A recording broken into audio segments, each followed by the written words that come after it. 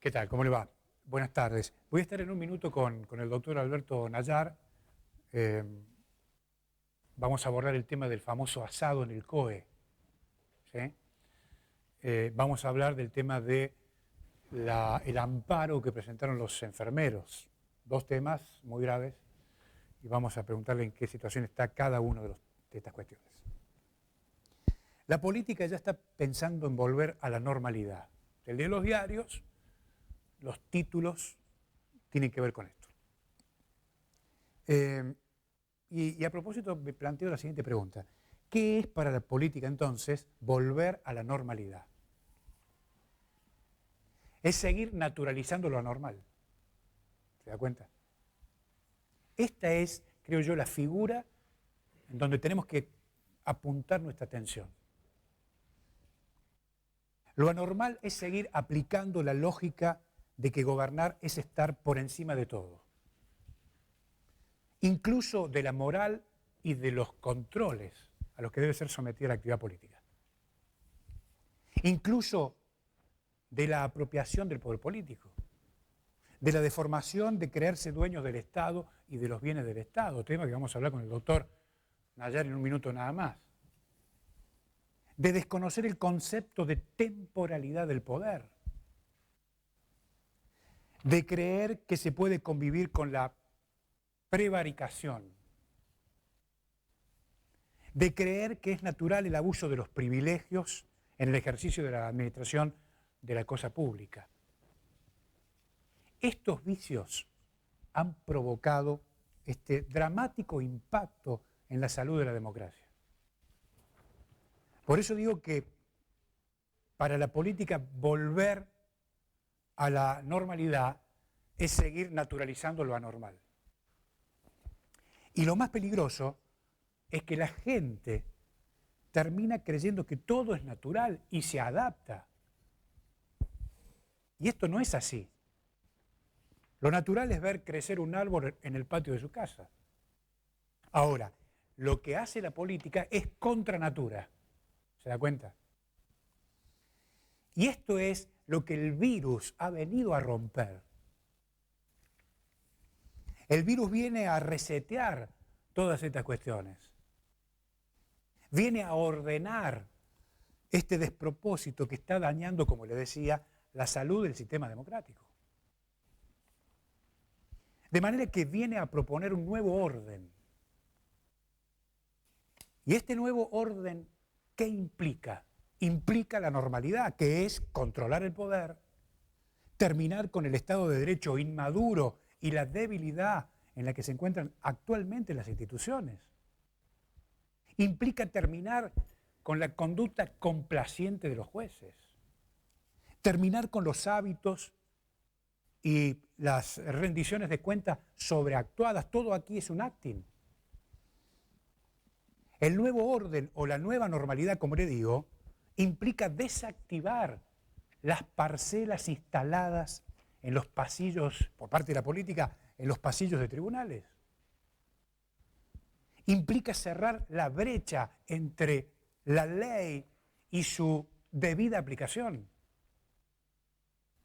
De manera que volver a la normalidad es terminar con esta ambigua relación de la política con el poder, de nosotros con la democracia, de nosotros con la política, del poder con los controles.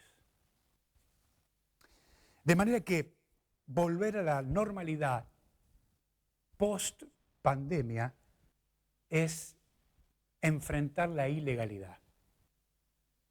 Esto es lo que vino a proponer el virus, más allá de los costos de vidas que estamos lamentando hasta ahora.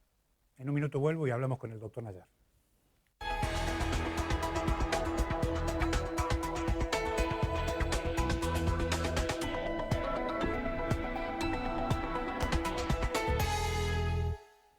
Gracias, director, muy amable. El doctor Alberto Nayar con nosotros. ¿Cómo le va, doctor? Gracias por venir, muy amable.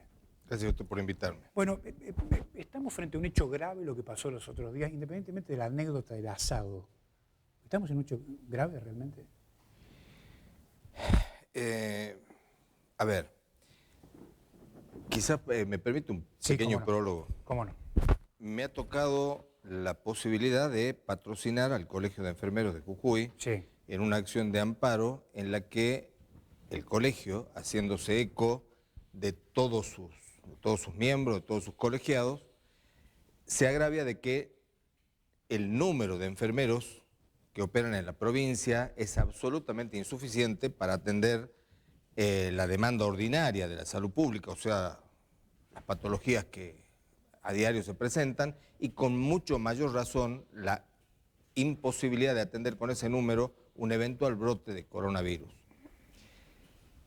La segunda de las cuestiones que se plantean es que no tienen los equipos, ninguno de los servicios de la provincia cuenta con los equipos de protección personal, esos equipos que nosotros vemos a diario en los noticiosos, y que tampoco cuenta con los elementos de higiene y desinfección, jabón líquido, las toallas descartables, el alcohol en gel, el alcohol líquido, la lavandina, etc.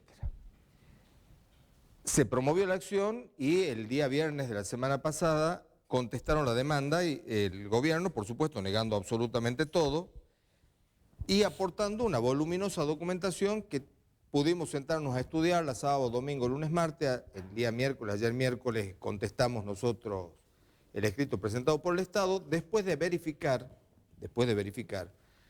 una serie de desaciertos contenidos en el escrito de contestación, y digo desaciertos porque no condice lo que se dice en el escrito de contestación con la documentación que ellos mismos aportaron. ¿Qué dice el escrito? Señores, en materia de designación de personal, es una cuestión discrecional del Poder Ejecutivo en el cual la justicia no debe intervenir. No debe intervenir. O sea que si la justicia advierte de que la cantidad de personal de la que dispone el sistema de salud pública es insuficiente para atender un brote de coronavirus, según ellos esto no podría abocarse. Ahora, ¿qué ocurre? La documentación que ellos presentan, tiene dos informes, varios informes, un informe básicamente del Departamento de Enfermería, en el que la jefa del Departamento de Enfermería manifiesta de que el hospital de campaña que se hizo en la ciudad cívica cuenta con el 20% del plantel establecido como dotación necesaria para garantizar la cobertura de los servicios de enfermería. O sea que si tuviéramos un brote de coronavirus en la provincia, como el que hay en Nueva York, en Brasil y en todos lados, o sea, el hecho de que acá en Jujuy haga 20 días que no hay un nuevo caso, no significa decir que no hemos salido del mundo.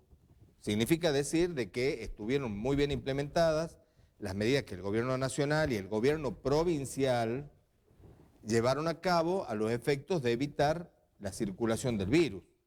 O sea, quiero también aclarar de que estoy absolutamente de acuerdo con las medidas restrictivas en el manejo social que se han llevado a cabo, con el barbijo, con el distanciamiento, con los días que se puede salir el documento par impar, etc.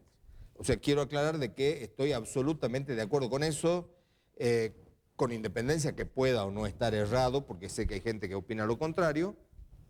De todas maneras, el problema concreto es que si a pesar de esas medidas restrictivas no se lograra evitar de que el virus ingrese a la provincia, quiero que todo el mundo sepa, porque lo dice el Departamento de Enfermería del Ministerio de Salud, que el hospital de campaña con el que hicieron tanta publicidad cuenta con el 20% del plantel de personal. Y que el Hospital San Roque, que es el otro hospital a donde están derivando todos los casos estos sospechosos, no tiene ni la mitad del personal. El Hospital San Roque tiene un plantel permanente de 114 enfermeros, de los cuales 28 se encuentran de licencia, lo que nos da, ¿no es cierto?, un resultado de 86 enfermeros en actividad para el Hospital San Roque, una manzana, ¿no? Sí.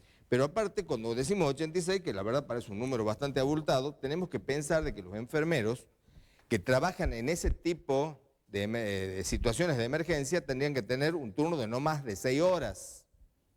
De no más de 6 horas. Si estamos hablando de gente que la vamos a afectar para atender los enfermos de coronavirus, no más de 6 horas. Por lo tanto, tendríamos que dividir 86 en 4.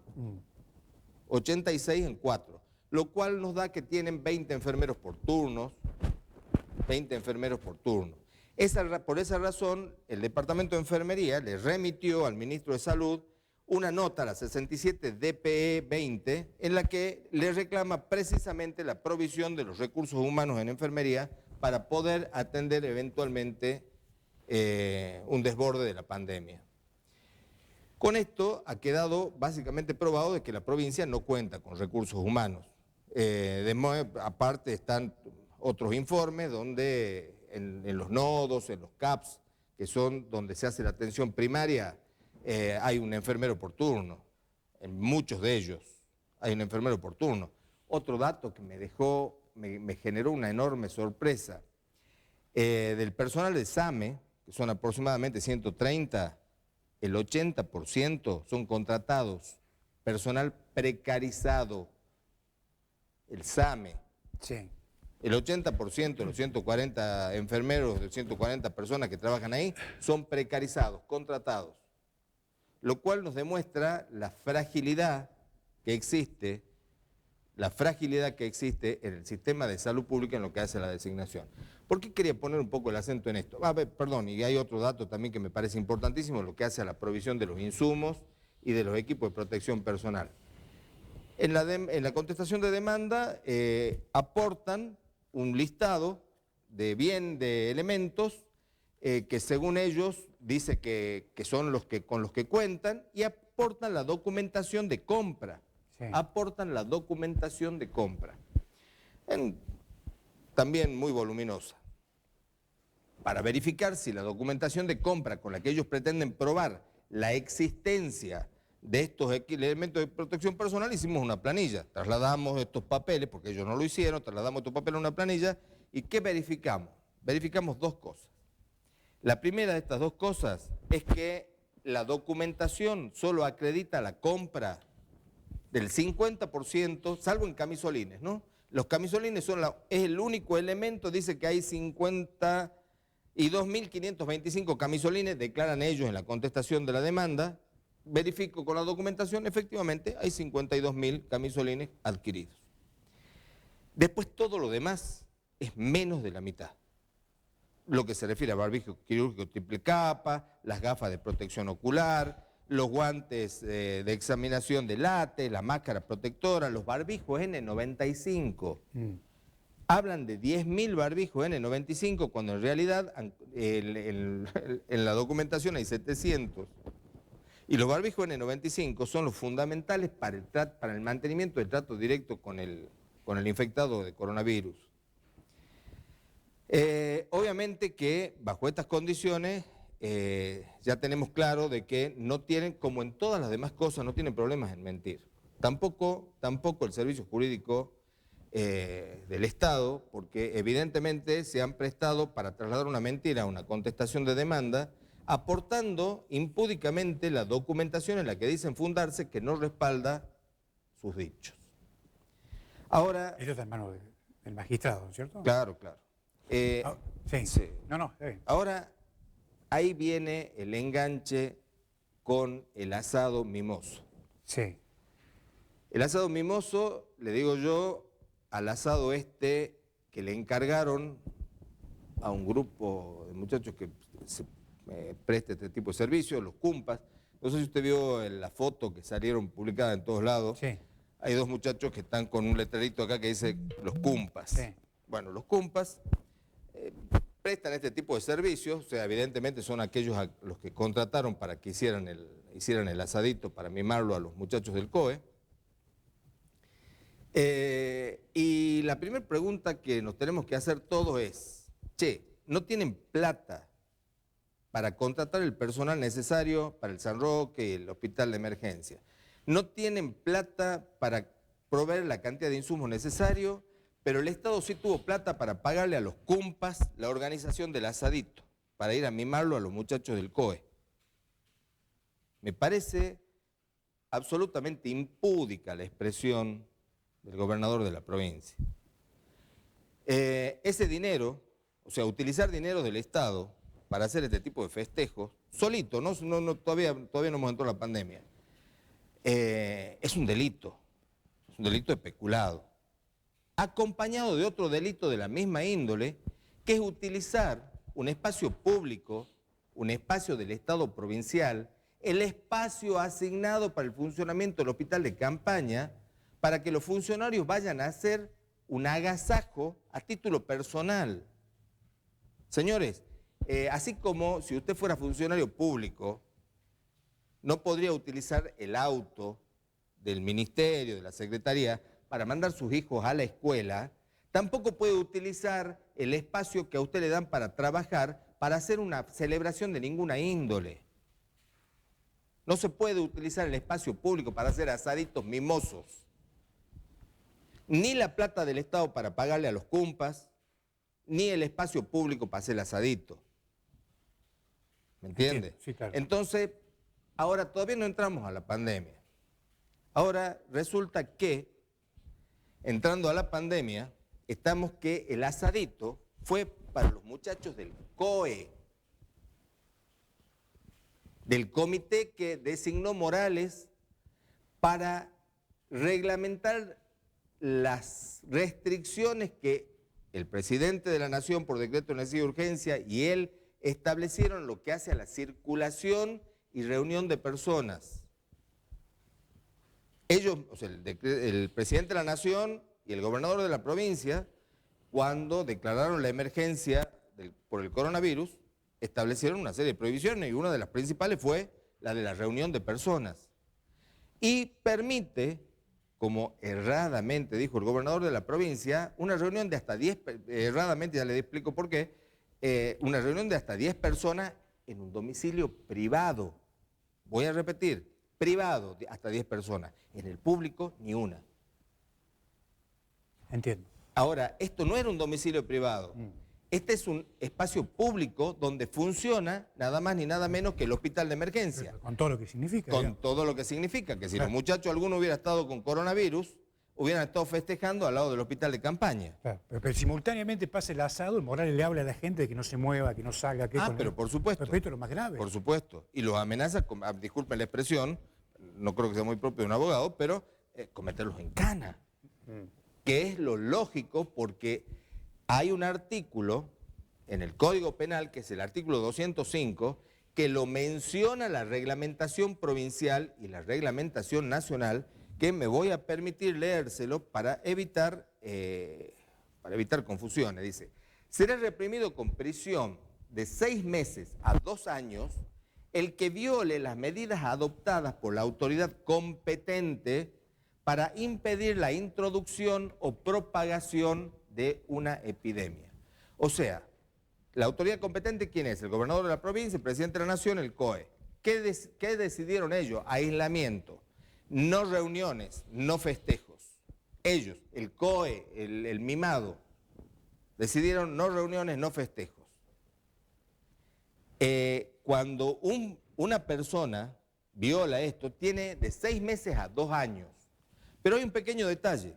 El artículo 207, 205 es el que le acabo de mencionar. Sí. Y perdone que sea insistente con los números, Sí. pero ahora, como siempre digo, como podemos sacar el celular y consultar tan rápido para evitar cualquier tipo de confusiones, el 207 dice que en caso de que el delito hubiera sido cometido por un funcionario público, el del 205, el de violar las normas que están impuestas para evitar la propagación de una epidemia, que si hubiera sido un funcionario público sufrirá además inhabilitación especial por doble tiempo.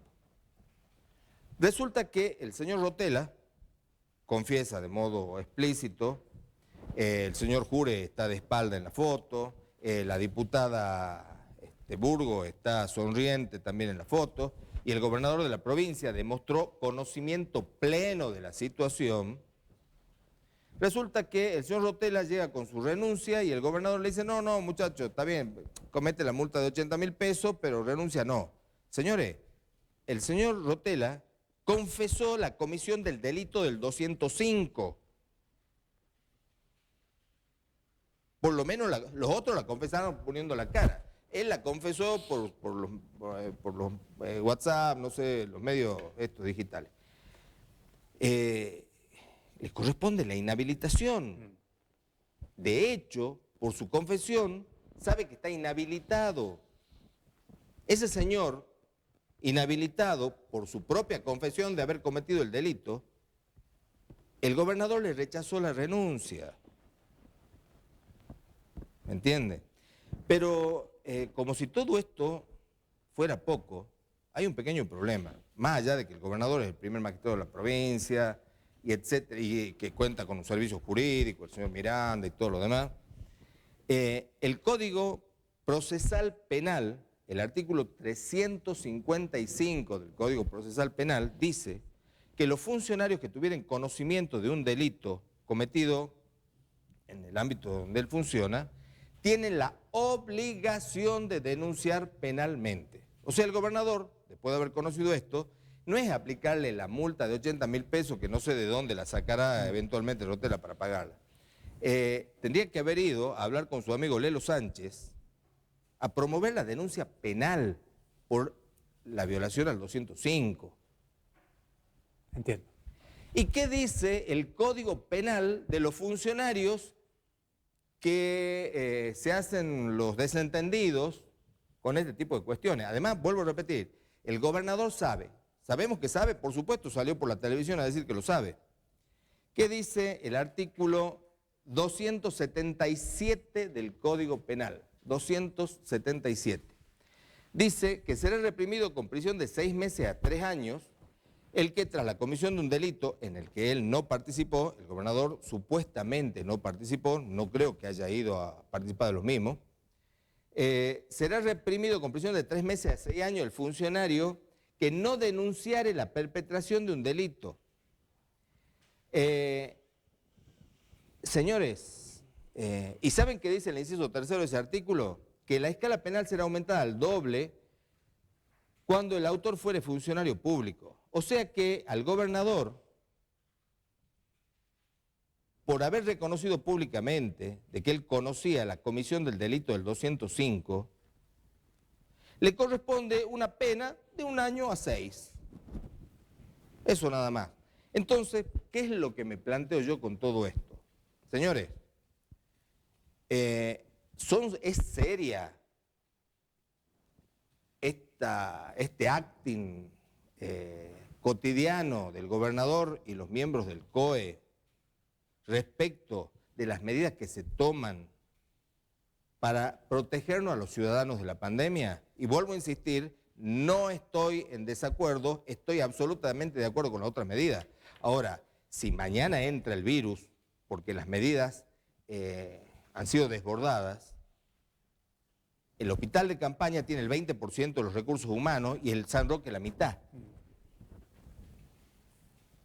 Para eso no hay plata. No hay plata para los equipos de protección personal, pero hay plata para el asadito del funcionario al que él le rechazó la renuncia.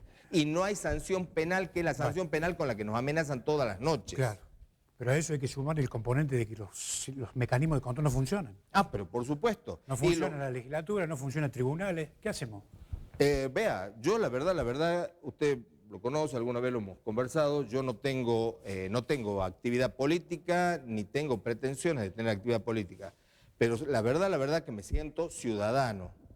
Y invito a los ciudadanos a que nos defendamos, porque si vamos a depender de los remolones de la legislatura, de los remolones del Ministerio Público de la Acusación y de los marginales que operan en el Poder Ejecutivo de la provincia, y cuando hablo de marginalidad, hablo de marginalidad legal, el que anda al margen de la ley. Entonces, obviamente que los ciudadanos tenemos que asumir la responsabilidad de defendernos, y creo que en la provincia somos muchos los abogados que tendríamos que estar defendiendo a nuestros hijos de toda esta situación. Esta, por lo menos, es mi invitación a mis colegas y al resto de los ciudadanos. Señores, estamos en manos de una clase política remolona, concupiscente, absolutamente descomprometida con el interés general, que nos obliga a los ciudadanos a asumir nuestra propia defensa. Esto, por lo menos, es mi opinión. Claro, mientras la gente siga actuando como objeto político y no sujeto político, vamos a seguir asistiendo a este tipo de episodios. Pero, por supuesto. Porque los sistemas que prevé la democracia están terminados. No funciona ninguno, doctor. Bueno, estas son las explosiones que se generaron en Chile y son las explosiones que se generaron acá en el 89 y en el 2001-2.